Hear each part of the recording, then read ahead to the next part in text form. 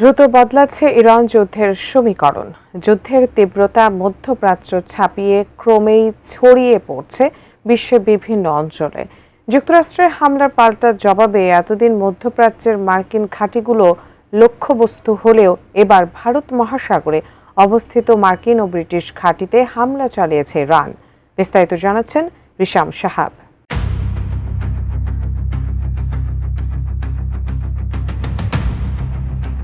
ভারত মহাসাগরের ব্রিটিশ শাসিত চাগস দ্বীপপুঞ্জের অংশ ডিয়েগো গার্সিয়া দ্বীপ। তেহরান থেকে প্রায় ৫,২৫০ কিলোমিটার দূরে অবস্থিত এই দ্বীপটি মার্কিন সামরিক বাহিনীর একটি অত্যন্ত গুরুত্বপূর্ণ কেন্দ্র, যেখান থেকে তারা B-2, B-1 এবং B-52 এর মতো দূরপাল্লার বোমারু বিমান, পারমাণবিক সাবমেরিন এবং গাইডেড মিসাইল ডেস্ট্রয়ার পরিচালনা করে। এবার ইরান প্রথমবারের মতো ভারত মহাসাগরে অবস্থিত এই ঘাঁটি লক্ষ্য করে শক্তিশালী ব্যালিস্টিক ক্ষেপণাস্ত্র নিক্ষেপ করেছে। মার্কিন কর্মকর্তাদের বরাত দিয়ে ওয়াল স্ট্রিট জার্নাল এক প্রতিবেদনে জানিয়েছে, তেহরান এই হামলার মাধ্যমে মধ্যপ্রাচ্যের বাইরেও মার্কিন স্বার্থে আঘাত হানার সক্ষমতা প্রদর্শন করল।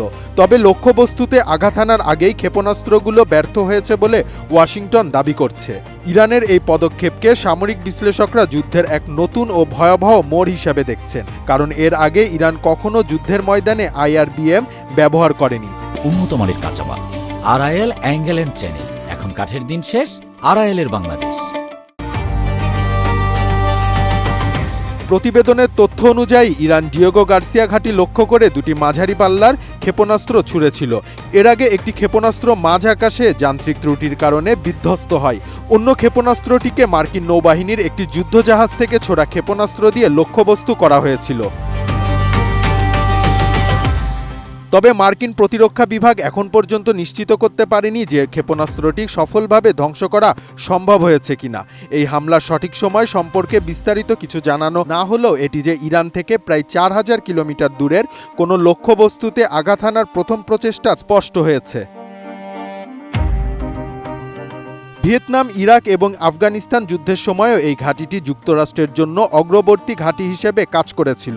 ইরানের পররাষ্ট্রমন্ত্রী আব্বাস আরাঘচি গত ৮ মার্চ দাবি করেছিলেন, সক্ষমতা থাকা সত্ত্বেও তারা ইচ্ছাকৃতভাবে ক্ষেপণাস্ত্রের পাল্লা ২,০০০ কিলোমিটারের নিচে সীমাবদ্ধ রেখেছেন। তবে এই হামলা প্রমাণ করল যে ইরান এখন তার ঘোষিত সীমার দ্বিগুণ দূরত্বে আঘাত হানতে সক্ষম। এর আগে গত ১৬ জুন ইরান ইসরায়েলের দিকে ২,০০০ কিলোমিটার পাল্লার সেজিল-2 ক্ষেপণাস্ত্র ছুড়েছিল। বিশেষজ্ঞরা মনে করছেন, ডিয়েগো গার্সিয়ায় এই হামলার চেষ্টা মূলত যুক্তরাষ্ট্রকে সতর্ক করার একটি প্রয়াস, যাতে তারা ইরানের ওপর কয়েক সপ্তাহব্যাপী সম্ভাব্য বোমাবর্ষণ থেকে বিরত থাকে।